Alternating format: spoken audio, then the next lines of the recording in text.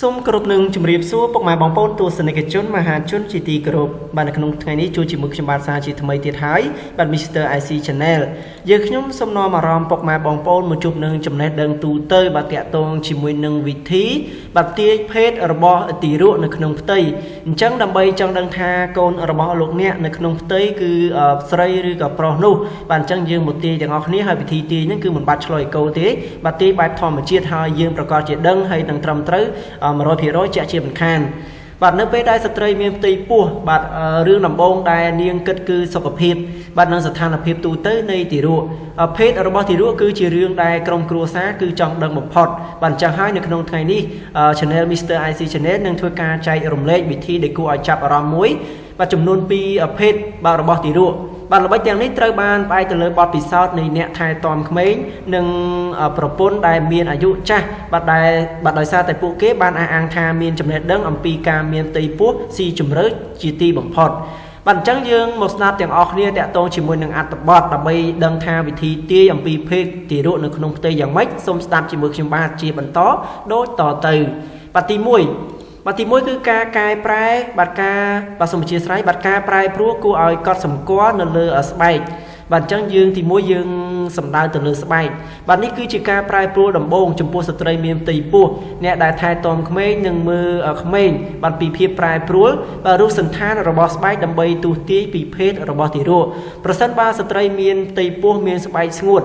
បាទអញ្ចឹងគឺយើងគួរតែដឹងទាំងអស់គ្នាបើសិនជាស្ត្រីដែលមានផ្ទៃពោះដំបូងបាទគឺមានស្បែកស្ងួតស្ត្រីម្នាក់នេះត្រូវគេទាយថាគឺមានកូនប្រុសបាទប៉ុន្តែបើស្បែកមានខ្លាញ់បាទច្រើនបាទស្ត្រីម្នាក់នោះប្រហែលជាកូនស្រីអញ្ចឹងយើងទី1យើងសំដៅទៅលើស្បែកមនុស្សស្រីបើសិនជាស្ងួតកូនប្រុសបើសិនជាមានជាតិខ្លាញ់បាទមានខ្លាញ់មានន័យថាល្ងើមរៀងខ្លាញ់ហ្នឹងមានន័យថាគឺជាកូនស្រី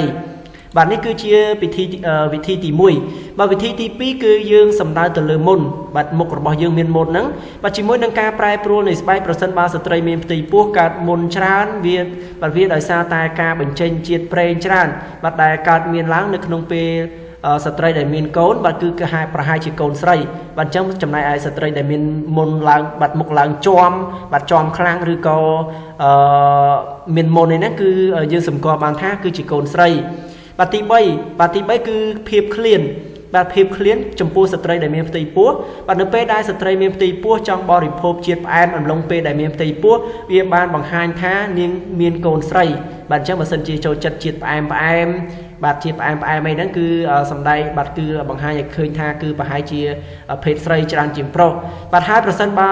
អ្នកម្ដាយរូបនេះឃ្លានម្ហូបអាហារដែលមានជាតិប្រៃវិញបាទអញ្ចឹងគេអាចទាយបានថាគឺនៅក្នុងផ្ទៃពោះរបស់នាងគឺជាកូនប្រុស